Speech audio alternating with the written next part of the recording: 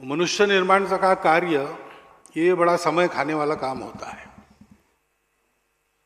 जब डॉक्टर साहब लोगों को कहते थे कि संघ कुछ नहीं करेगा और स्वयंसेवक कुछ नहीं छोड़ेगा, तो लोगों को ये शब्दों का खेल लगता था, लेकिन वैसा नहीं है।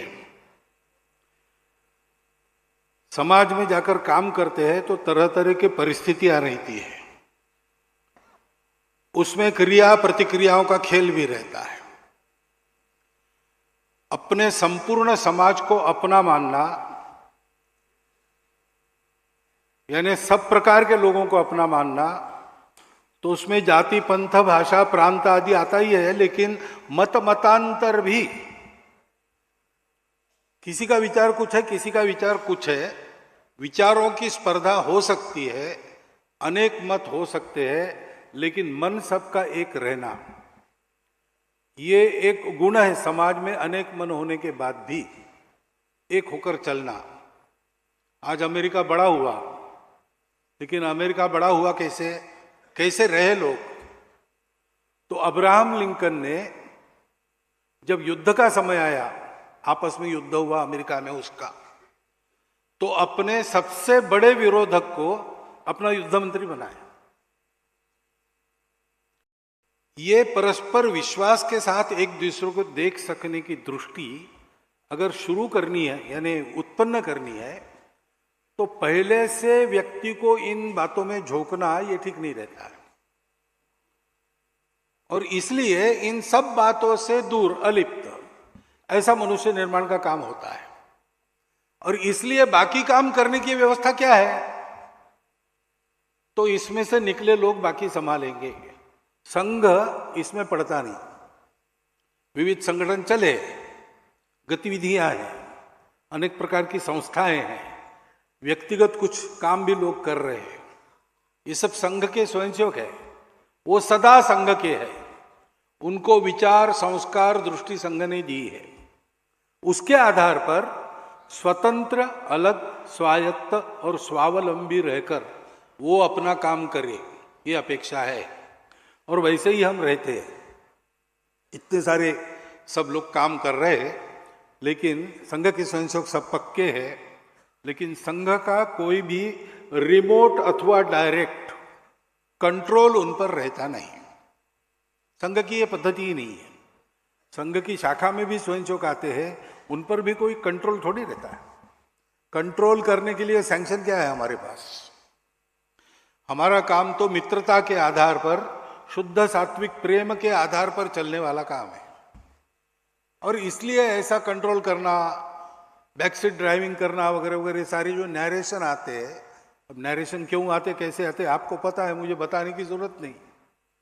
लेकिन इन सब बातों से राष्ट्रीय स्वयंसेवक संघ का दायित्व लेने वाले कार्यकर्ता और शाखा में आने वाले स्वयंसेवक दूर रहते हैं। बनने के बाद जिस क्षेत्र में नियुक्ति होती, वहां का अनुशासन पालन करके वो काम करते हैं। इसीलिए मैंने कहा कि इनके द्वारा अगर आप संघों को देखना चाहेंगे जो बाहर काम कर रहे हैं, तो वहां तो बहुत सारी बातें और विपरीत हवा में उनको चलना पड़ता है। आपको संघ का ठीक से पता तब चलेगा जब आप प्रत्यक्ष राष्ट्रीय स्वयंसेवक संघ की शाखा, उसके स्वयंसेवक या उनके परिवारों का जीवन देखेंगे। तो संघ कुछ नहीं करता, स्वयंसेवक सब कर रहे हैं, और वो स्वतंत्र, अलग, स्वायत्त, स्वावलंबी है। संवाद जरूर चलता है, सलाह परामर्श जरूर चलता है। हमारे स्वयंसेवक है, मदद मांगेंगे तो हम करेंगे, मदद तो अच्छे काम के लिए किसी की भी हम करेंगे। ऐसा ये काम अभी तक आया है। लेकिन पहली बात ध्यान रखने की कि डॉक्टर हेडगेवार ने ये सब प्रयोग कर लिए थे। 1925 में संघ शुरू होने के पहले उन्होंने प्रयोग किए थे। शायद अनुशीलन समिति के भी ऐसे कार्यक्रम होते थे, भारत सेवाश्रम संघ के भी ऐसे कार्यक्रम, नित्य कार्यक्रम, शारीरिक बौद्धिक कार्यक्रम, ऐसी एक कार्य पद्धति उन्होंने देखी थी। लेकिन इन सब को, सब भारत में, सब स्वभाव के लोगों में, सब आर्थिक स्थिति के लोगों में, सब प्रकार के भूगोल में कैसे चलाया जा सकता है? इसके लिए जो आवश्यक बातें थी वो सारी सीख ली उन्होंने। लेकिन संघ स्थापना के दिन केवल उन्होंने इतना कहा कि हिंदू समाज का संगठन क्यों आवश्यक है बताया, और कहा कि ये संगठन करने वाला संघ आज से शुरू हो रहा है। शुरू मैंने किया ऐसा उन्होंने कहा नहीं। डॉक्टर हेडगेवार संघ के बीज है, वो नहीं होते तो संघ नहीं होता। संघ को आपको समझना है तो उनका चरित्र जरूर जानना चाहिए, और डॉक्टर हेडगेवार कैसे थे ये समझना है तो संघ को जरूर देखना चाहिए। ऐसा अन्योन्य संबंध है, परंतु उन्होंने कभी अपने आप को सेंटर ऑफ अथॉरिटी वगैरह ऐसा बनने नहीं दिया। हम तो स्वयंशोक तो मानते ही है। डॉक्टर साहब का एक शब्द अगर बाहर आ जाए तो उसको खरा करने के लिए, प्राण देने के लिए स्वयंशोक थे तैयार, ऐसी श्रद्धा। परंतु कभी उन्होंने ऐसा किया नहीं। उन्होंने ये सारी बातें कहा कि संघ शुरू हुआ तो तरुण कार्यकर्ता थे, बाकी सब बड़े बड़े लोग वो तो तरह तरह के आंदोलनों में थे, तो उनके पास आने वाले बाल किशोर तरुण कुछ थोड़े से उनके आयु के सहकारी ऐसे थे। उन्होंने आकर पूछा कि शुरू हुआ, अब करना क्या है? तो डॉक्टर साहब का उत्तर कहा था कि बैठो और तय करो। तो फिर बैठकर चर्चा हुई क्या करना। हाँ, हफ्ते में एक दिन मिलना, महीने में एक दिन मिलना, सारे प्रयोग हुए। फिर रोज मिलना, ये आया। रोज मिलके क्या करना ये बाद में सोचा गया। ये सब जो उस समय के कार्यकर्ता थे उनके द्वारा सोचा गया।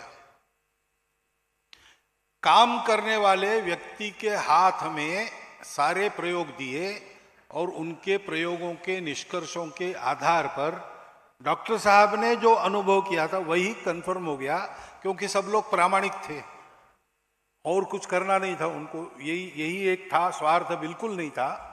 और प्रामाणिकता जहां होती है वहां मतांतर हुआ तो भी प्रयोग के बाद जिसका मत सही निकलेगा उसमें सब अपना मत विलीन कर रहे थे। तो संघ एक सामूहिक कार्य पद्धति है। संघ पहले दिन से सामूहिकता के आधार पर चला है, सब मिलकर तय करते हैं, और जितना अधिक लोगों को निर्णय प्रक्रिया में हम ले सकते हैं हम लेते हैं।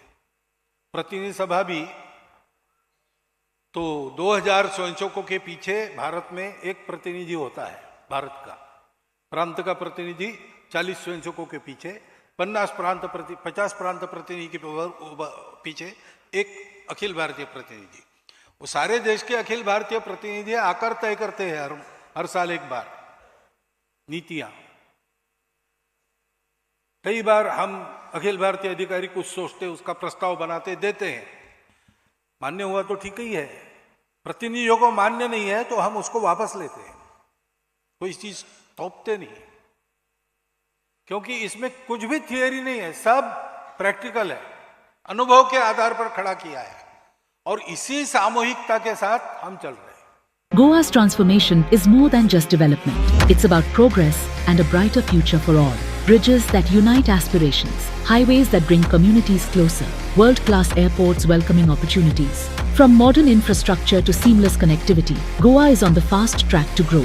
Under the decisive leadership of Prime Minister Narendra Modi and Chief Minister Dr. Pramod Sawant, the double-engine Sarkar is driving Goa towards Vikasit Bharat 2047, a future of prosperity, innovation and limitless possibilities.